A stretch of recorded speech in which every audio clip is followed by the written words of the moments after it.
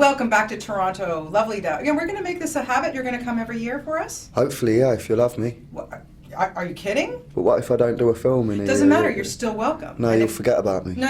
I'll be yesterday's chip paper. Dude, if you need a place to stay, I got a house up. Anytime, you're always welcome, okay? Wonderful. You look like you know your way around the kitchen as well. No, that's not so good. We'd be going out for a lot of dinners. That's all right, I cook. Okay, there you go. Okay, we've got an open invitation. Jack, you're so fantastic in this, and this character. This is such an intense film. It was I was kind of like gripping the whole time. How did he test you as an actor playing this guy? Playing Gary, I'd just done Starred Up, and I had 2 weeks in between wrapping on that before we started shooting this.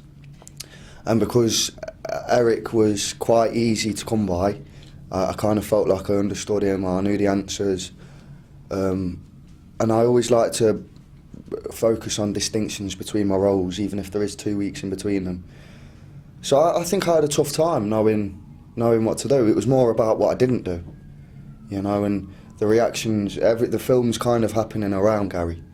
He doesn't articulate it too much, and I had a tough time actually knowing, like I say, knowing where to put myself. Yeah. And it was endurance as well was an issue on that one because we were doing night shoots. Yes. And it was quite the chase scene. Quite the chase scene. Are you a runner? Are you a fit guy that you were able to, or did you have to prepare for that? Yeah, I reckon I had a head start because just being active growing up.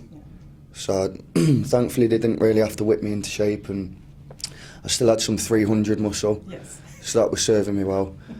But nothing can prepare you, I don't think, for the night shoots and being sprayed with cold water. And I was ill. I made myself ill. I don't want to whinge because I never suffered as much as Gary Hook might have done ever. But endurance was a factor. Yeah, I can imagine. On that one. So thankfully there was Jan there, a very energetic human being, and also he had a good grasp on Gary. The problems that I had with him, he had the answers for. Yeah. So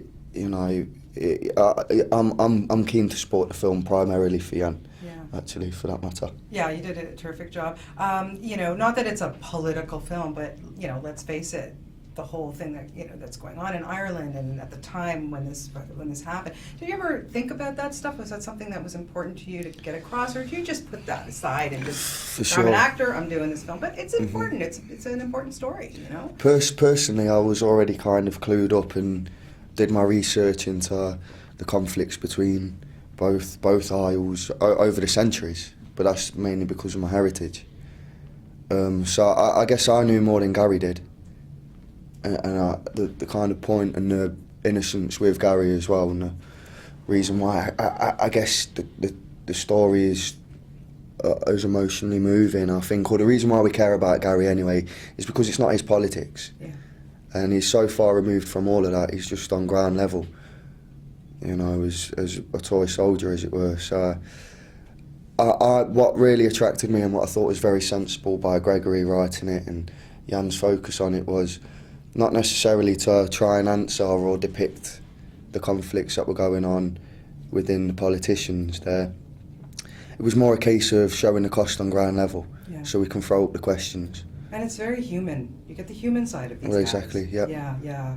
Fascinating. It was so good. I loved it. Okay, dude. North America, is just getting to start to know you, and come December, you've got some other big film coming out. Unbroken, my goodness. Working with Angelina, getting to meet Louis Zamperini. I mean, what an experience was that for you to work on a big scale picture like that? I felt like I was in good stead, finally, because for me this has been 10 years trying to slug it out and sleeping rough in London City just to make auditions and so I had all that to reflect on. So when I was in the same room as Angelina, I felt like I deserved to be there, I might have been in trouble if it happened overnight. Yeah. And then to go on and meet Louis, which was crucial for me to then, if I was to portray him, I had to meet him beforehand. And with the situation at hand now, it has to be one of the biggest honours of my life. And thankfully I get to move forward, having met him, having this fine example of a human being, and I get to constantly refer to that now, so I'm privileged. Did he get to see the film before he passed away? He saw a cut, And he commented on my hair.